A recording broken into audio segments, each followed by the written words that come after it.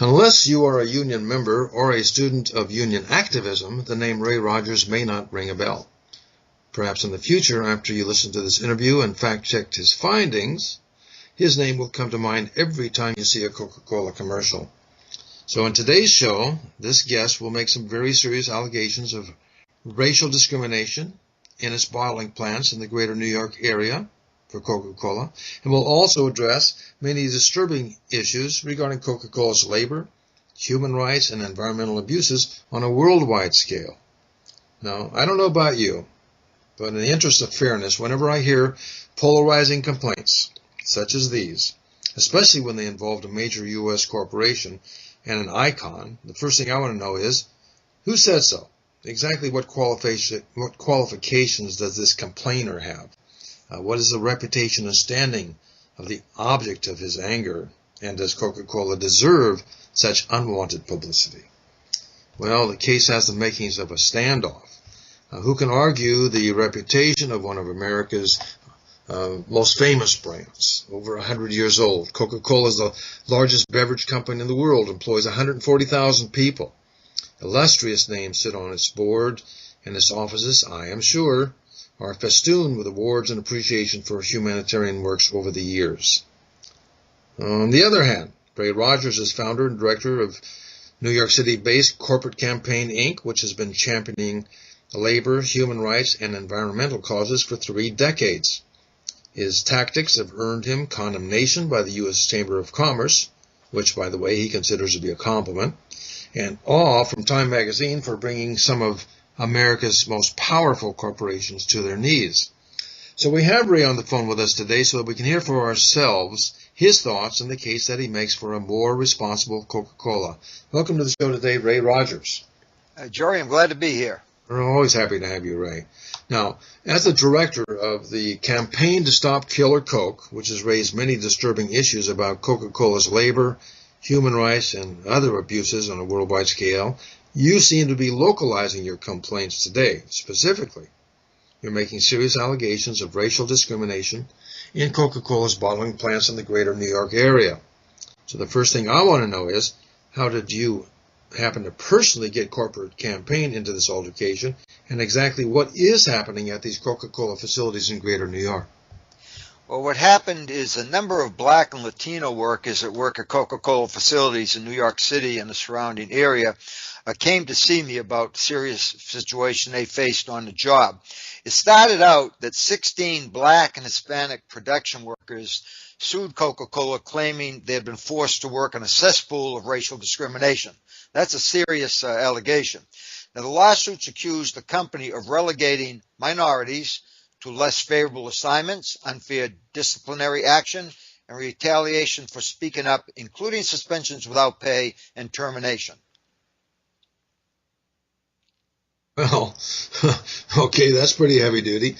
So if all this is true, which I certainly am not going to argue with anybody's legal statements and how things are progressing through the courts, my question is, regarding them as human beings, what is it like being a victim of racial discrimination for these particular employees? Well, Jerry, that's a good question to ask, and I hope people will really try to understand that haven't been through this. But it takes a great toll. It has taken a great toll on them and their families, both emotionally, physically, and financially. And I might add, by the way, that since these lawsuits were initiated by the Coke 16, many more victims have stepped forward as well. When we talk also, workers that talk about panic attacks, nightmares, anxiety, sleeplessness, problems, the turmoil within our own family from the coming home after a day's work of being treated like second or third class citizens.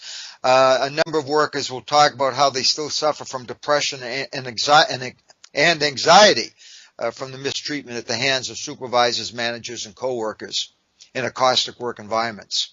Well, this is obviously cannot be an isolated instance if you're asserting that this is widespread within the company. Are you aware of similar allegations at other Coca-Cola facilities? Yes, because of the work that we've been doing on this in the local area, not only the first 2 plants were in Queens, New York City, and out in Westchester County, New York, where the people stepped forward and filed the lawsuit. Since that time, workers have come forward in the Smithtown facility out in Long Island, have come forward from Carlsbad, New Jersey. I've got a number of other workers who are raising very serious issues from other areas in New Jersey. I've received emails from other areas from the country, including Louisiana and Atlanta. I've also received emails from people outside the U.S. that have very serious allegations about treatment on a job with respect to racial discrimination and also sex discrimination. Well, the next question obviously is, how has Coca Cola responded to these allegations? Not happily, I'm sure. What have they had to say on their part? Well, let's go to the top. Muhtar Kent, the CEO that in 2011 was paid more than $29 million. He's paid a lot of money because he's good at trying to cover up and lie about situations like this, and he certainly does lie, and he lies a lot. In fact, we have a big poster, I should add, that has a big picture of Muhtar Kent, and it says liar. First of all, last year at the annual meeting, Mr. Kent figured I'd probably raise this issue. So what he did is he brought some people down from the New York area, 5 people, and he looked out in the audience of about 1,000 at the annual meeting and said, has anybody come down from New York that could respond to any of these allegations? And my God, if 5 people just happened to come down and stand up, and what was funny was one of those people was the person that is described in an EEOC complaint, a complaint with equal employment opportunity by one of Coke's racial discrimination victims, and the person would often refer to certain kinds of food as slavery food. So that was actually one of the people, one of the 5 that Muhtar Kent brought down to speak up that there's no racial discrimination going on in any of these plants. By the way, none of those 5 people that came down would speak to me, even though Muhtar Kent said they would speak to anybody. He also brought in one of the biggest corporate law firms, probably paying the lawyers on the case, probably $1,000 an hour, Proskauer and Rose in New York City, to deal with these racial discrimination victims that have these complaints and lawsuits. And also, as I mentioned earlier, when people have complained about the situation, they're retaliated against, not only with suspensions without pay and with firings. I'll give an example. Sandra Walker, been working there many, many years, and she has stood up and spoke out. She was accused of claiming she was actually suspended for 5 weeks, claiming that she said to a supervisor, "You're a dead man," after witnesses proved that she told the supervisor, "You're a racist." Sandra has never been reimbursed for the 5 weeks lost pay. She got back on the job. She complained about recurring abuses. This led to people from Coca Cola's Human Resources Department being sent up from Atlanta to question her. She was brought into a room and asked such irrational questions as, "Sandra, do you have any personal friends who are HIV positive?" Then she was terminated. Whoa, just a minute.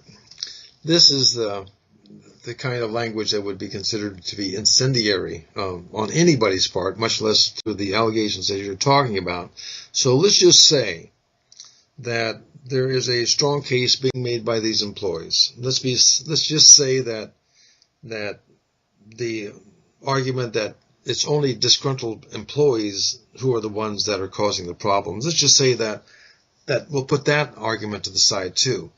Let's say that there's a strong case. What I like to know is, what do you intend to do about it? It's pretty obvious to me that there has to be a very clear and effective strategy. And if I understand correctly, your strategy is to draw the City University of New York, known as CUNY, into the fight in order to pressure Coca Cola where it counts, which of course is in their pocketbooks.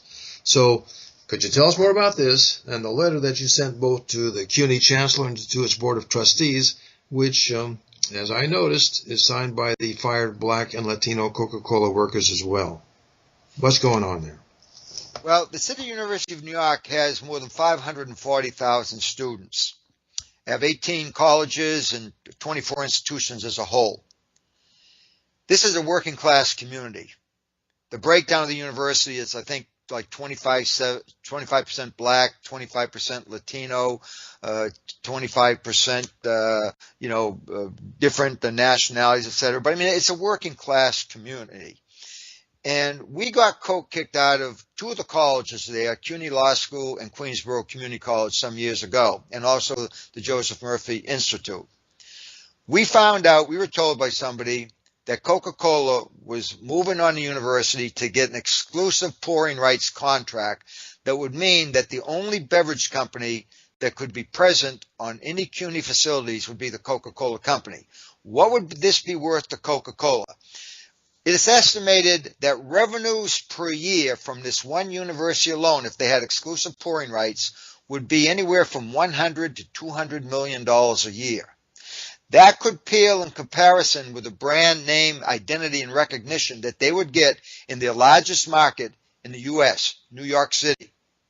So what we're doing is we're moving with a very aggressive campaign. We've reached out first to the Chancellor and the Board of Trustees, making it known that we do not feel that because of Coke's the charges of racial discrimination against Coke and its history, that these charges alone, let alone all the other things that Coke is involved in, that documentary films have been made about, books recently published have been written about, the horrible violence that they're involved in places like Latin America, the things they're doing with water depletion in places like India and Mexico, that Coca-Cola shouldn't have any presence on this university and certainly shouldn't have exclusive pouring rights.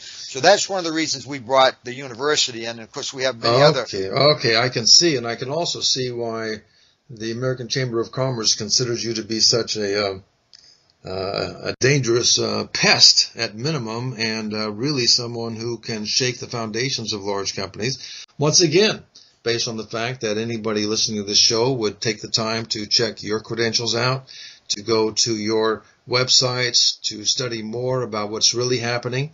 One man's insults are another man's marketing. We don't know until Coca-Cola, of course, spends a few more $1 million, how the outcome is going to be for cases like this. But there's an ongoing phenomenon and an odd one that I'd like to have you address about that company called Coca-Cola. And that is, not all employees are treated equal. In fact, not all employees are employees, much less equal. So could you clarify that thing that I'm talking about and provide some examples? Well, our website, killercoke.org, one of our websites, explains, for example, what is happening in Colombia. Not only the violence against union leaders down there that Coke is involved in, but also how Coke turns employees into non-employees. What they do is they try to turn all their employees into what they call subcontracted or flexible workers. These workers receive meager pay, no benefits, have no job security, no future with the company, and if they try to join the union, they're fired. And this is what goes on in Colombia regularly, and they're doing this kind of stuff all around the world. Also, when they talk about their codes of conduct that protects workers on the job, what they don't tell the public is that their codes of conduct only relate to those workers that are actually considered employees and that work in facilities that they actually own. So all the bottlers, where they will never own, say, more than 49%, they're considered a minority owner, not the majority owner. None of these people are even covered by their so-called codes of conduct, which don't mean anything, because what Coke puts on paper means nothing. What they do in practice does mean something. There's another issue, Jerry, I think that we also want to get to is the history of Coca-Cola. We were talking about racial discrimination.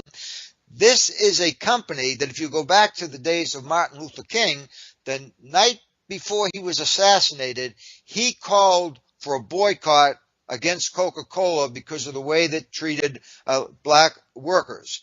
Then in 2001, Coca-Cola paid the largest racial discrimination settlement in the history of this country, $192.5 million. So this is something that is like part of their culture.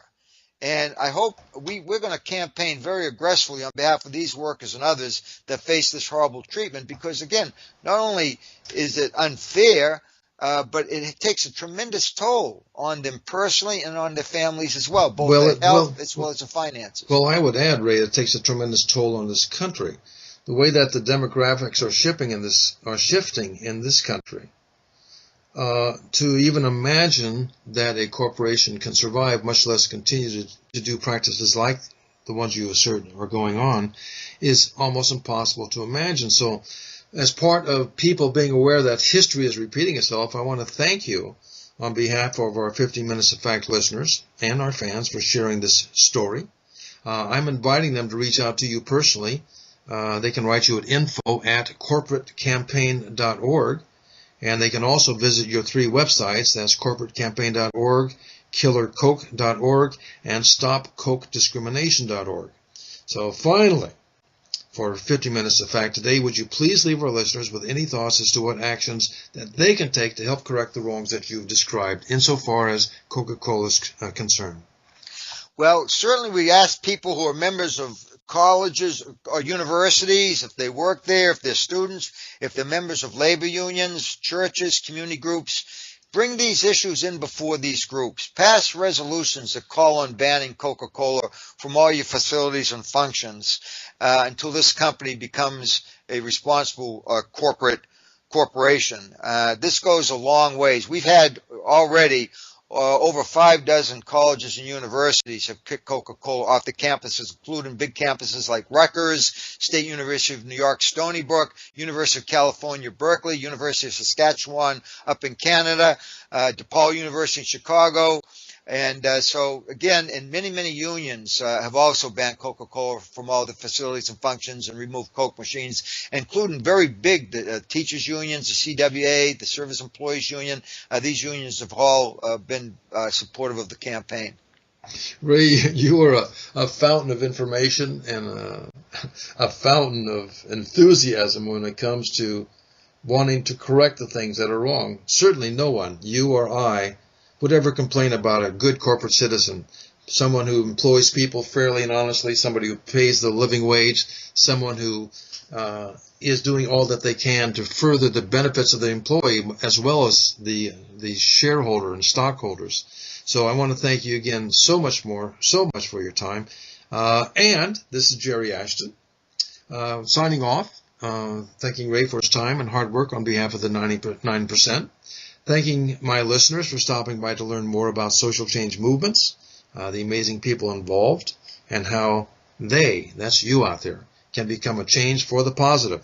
Be certain to search me out where I blog at the Huffington Post and follow me on Twitter as @WrittenOffUSA.